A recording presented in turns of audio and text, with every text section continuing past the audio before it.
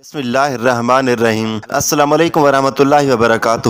ناظرین، جب سلطان صلاح الدین ایوبی رحمۃ اللہ علیہ نے حلب شہر کو فتح کیا تو لوگوں کے حالات جاننے کے لیے بازار کی طرف بھیس بدل کر چل پڑے۔ سلطان اپنے گھوڑے پر سوار ہو کر پورے شہر میں گھومتا رہا، لیکن کوئی بھی سلطان صلاح الدین ایوبی رحمۃ اللہ علیہ کو پہچان نہ سکا۔ لیکن جب بھی سلطان کسی سے بات کرتا وہ لوگ بڑے حیران ہوتے کہ ایک عام آدمی کے لہجے میں اتنا رعب و دبدبا اور دہشت کیسے ہے، لیکن کوئی بھی یہ پہچان نہ سکا کہ اس چھپے ہوئے بھیس میں ان کا اپنا سلطان صلاح الدین ایوبی ہے۔ سلطان صلاح الدین ایوبی بازاروں میں گیا، گاؤں میں گیا، شہروں میں گیا، ہر جگہ لوگوں کا حال احوال پوچھا، ہر امیر غریب سے ملا اور اپنے بارے یعنی سلطان صلاح الدین ایوبی رحمۃ اللہ علیہ کے بارے میں پوچھا۔ لوگوں کے اپنے سلطان کے بارے میں خیالات سن کر سلطان صلاح الدین ایوبی رحمۃ اللہ علیہ کو دلی طور پر بہت خوشی ہوئی، لیکن ایک بات سلطان صلاح الدین ایوبی رحمۃ اللہ علیہ کو بہت زیادہ پریشان کر رہی تھی۔ وہ یہ بات تھی کہ حلب شہر کی زیادہ تر لوگ غریب تھے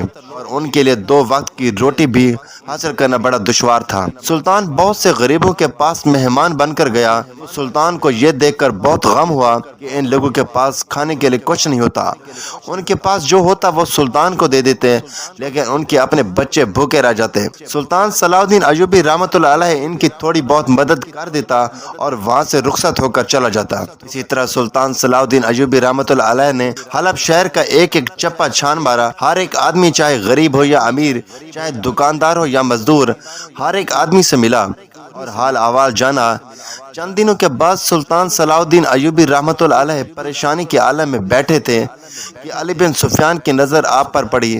علی بن سفیان وہ واحد شخص تھا جو لوگوں کے دلوں کے راز جان لیتا تھا۔ جیسے اس نے سلطان کو دیکھا وہ سب کو جان گیا تھا، لیکن وہ سلطان کے منہ سے سب کچھ سننا چاہتا تھا۔ آخر ایسی کون سی بات ہے جو سلطان صلاح الدین ایوبی رحمۃ اللہ علیہ کو پریشان کر رہی ہے؟ علی بن سفیان سلطان صلاح الدین ایوبی رحمۃ اللہ علیہ کے پاس گیا اور کہا، سلطان معظم، آخر ایسی کون سی بات ہے جو آپ کو اتنا پریشان کر رہی ہے؟ اور اس بات نے آپ کے چہرے پر رونق ہی اڑا دی۔ جیسے کہ آپ جانتے ہیں، آپ کی تھوڑی سی پریشانی سے میرے دل کی دھڑکن تیز ہو جاتی ہے اور مجھ سے آپ کی پریشانی دیکھی نہیں جاتی۔ یہ باتیں علی بن سفیان سلطان صلاح الدین ایوبی رحمۃ اللہ علیہ کی خوشامد پہ بالکل نہیں کر رہا تھا، کیونکہ وہ بھی اچھی طرح جانتا تھا کہ سلطان کو خوشامد سے بہت نفرت ہے۔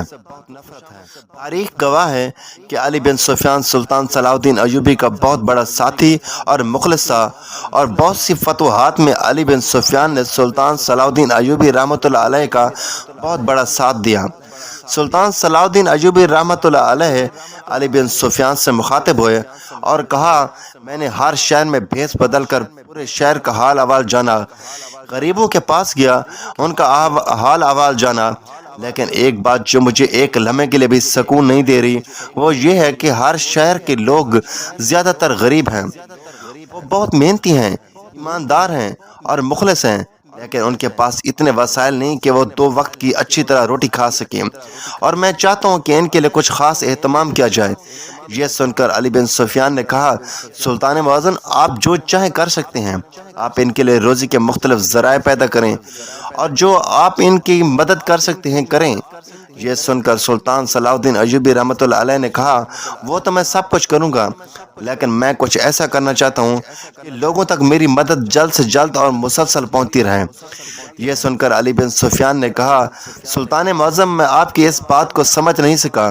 تو یہ سن کر سلطان صلاح الدین ایوبی رحمۃ اللہ علیہ نے فرمایا، میں چاہتا ہوں کہ ایک خاص مقام پر ایک وسیع لنگر کا اہتمام کریں، اور وہ لنگر ہفتے میں ایک دن تمام غریبوں کو کھانا کھلائیں، اور اس لنگر میں عام کھانا نہیں بلکہ جو کھانا میں کھاتا ہوں وہ ان تمام غریبوں کو کھلایا جائے، تاکہ ہر شہری کسی کے غریب کے دل میں یہ بات نہ آئے کہ سلطان بیٹھ کر عیاشیاں کر رہا ہے اور ہم ادھر روکھی سوکھی روٹی کھا رہے ہیں۔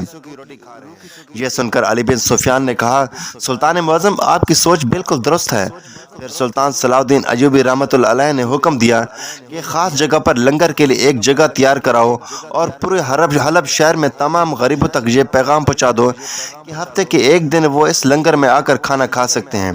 علی بن سفیان نے حکم کی تعمیل کی، کھانے والی جگہ کا اہتمام کیا گیا اور کھانے کا بھی اہتمام کیا گیا اور لوگوں تک پیغام پہنچ گیا۔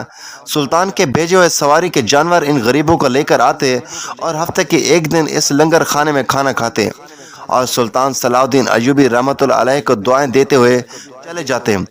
وقت گزرتا رہا اور سلطان صلاح الدین ایوبی رحمۃ اللہ علیہ بڑا خوش تھا کہ میرے شہر کے لوگ وہ کھانا کھاتے ہیں جو ایک سلطان کھاتا ہے۔ لیکن چند ماہ گزرنے کے بعد علی بن سفیان نے سلطان صلاح الدین ایوبی رحمۃ اللہ علیہ کو خبر دی کہ سلطان معظم پچھلے ہفتے جب لنگر کا اہتمام کیا گیا، لنگر کے اختتام پر ایک کسان کی بیوی غائب ہو گئی، لیکن ہم نے اسے شاید حادثہ سمجھا اور میں نے اپنے سپاہیوں کو ان کی تلاش کے لیے لگا دیا۔ لیکن جب دوسرے ہفتے لنگر کا اہتمام کیا گیا تو پھر حیرانی کی بات یہ ہوئی کہ ایک لوہار کی بیوی اس لنگر خانے سے غائب ہو گئی۔ یہ سن کر سلطان بڑا پریشان ہوا کہ آخر ایسی کیا وجہ ہے کہ کبھی کسی کسان کی تو کبھی لوہار کی بیوی وہاں سے غائب ہو جاتی ہے۔ یہ سن کر سلطان صلاح الدین ایوبی نے علی بن سفیان کو کہا، لنگر کا اہتمام کرو، ساتھ ہی سیکورٹی بڑھا دو، پتہ کرو کہ عورتیں کہاں غائب ہو جاتی ہیں، اس کے پیچھے کیا راز ہے۔ سلطان کے حکم کی تعمیل کی گئی اور لنگر کا اہتمام کیا گیا۔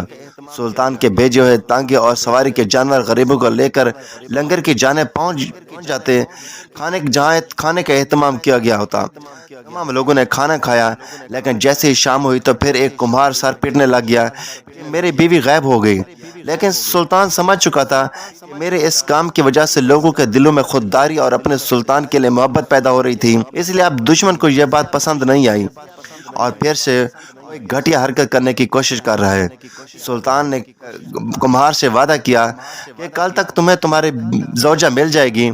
اگلے دن پھر لنگر کا اہتمام کیا گیا اور اب سلطان سوچ رہا تھا کہ آخر عورتیں کہاں جا رہی ہیں، اتنے سپاہیوں کے باوجود یہ سب کچھ کیسے ممکن ہے۔ تھوڑی دیر سوچنے کے بعد سلطان صلاح الدین ایوبی نے بھیس بدلا اور ایک سپاہی کے بھیس میں لنگر خانے کے دروازے پر پہنچ گیا۔ سلطان صلاح الدین ایوبی رحمۃ اللہ علیہ کی نظر ایک عورت پر پڑی۔ سلطان نے لنگر خانے کے دروازے پر سپاہیوں کے ساتھ کھڑا ہو گیا اور لوگوں پر نظر جما لی، جس طرح شاہین اپنے شکار کو دیکھتا ہے۔ تھوڑی دیر گزری کہ ایک عورت لنگر خانے کے اندر گزری جس کے چلنے کا انداز اور آنکھیں بالکل مشکوک لگ رہی تھیں، لیکن اس کو کوئی عام آدمی نہیں پہچان سکتا تھا۔ لیکن سلطان صلاح الدین ایوبی نے اس کو پہچان لیا، لیکن ابھی سلطان چاہتا تھا کہ اس کو رنگے ہاتھوں پکڑا جائے۔ سلطان صلاح الدین ایوبی نے اس کو اندر جانے دیا۔ جیسے ہی لوگوں نے کھانا کھا لیا اور واپس نکلنے لگے تو سلطان نظر جمائے کھڑا رہا کہ آخر ایسا کیا ہوتا ہے کہ عورت غائب ہو جاتی ہے۔ تھوڑی دیر گزری تھی کہ بھیس بدل کر عورت کوئی چیز کپڑے کے نیچے چھپا کر جا رہی تھی۔ سلطان صلاح الدین ایوبی رحمۃ اللہ علیہ نے اس عورت سے پوچھا کہ اس میں کیا ہے اور تم یہاں کیا کرنے آئی تھی؟ تو اس عورت نے سلطان کو ایک عام سپاہی سمجھتے ہوئے کہا، یہ میری بوڑھی ماں ہے اور میں اس کو عظیم لنگر خانے میں کھانا کھلانے آئی تھی۔ یہ سن کر سلطان سمجھ گیا کہ کوئی بوڑھی عورت اس میں نہیں ہے، یہ کسی غریب کسان یا کمہار کی بیوی ہوگی اور وہ عورت اس کو چالاکی کے ساتھ لے جا رہی ہے۔ تھوڑی دیر گزری، سلطان صلاح الدین ایوبی نے اس عورت کو پیچھا کرنا شروع کر دیا۔ سپاہی اس وقت اس عورت کی تلاش لینے لگے تھے، لیکن سلطان نے منع کر دیا تھا۔ سلطان پیچھا کرتا چلا گیا اور وہ عورت ایک سنسان جگہ میں چلی گئی اور سلطان بھی اس کا پیچھا کرتے کرتے چلا گیا۔ وہ عورت ایک جنگل میں جا پہنچی اور ایک غار میں گھس گئی۔ سلطان نے اپنے نیام سے تلوار نکالی اور اس غار میں چلا گیا۔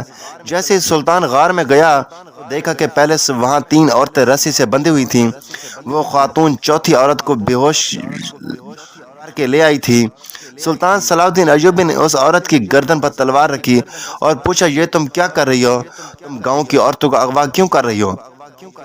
اس خاتون نے کہا، تم کون ہو اور تم یہاں کیسے آئے ہو؟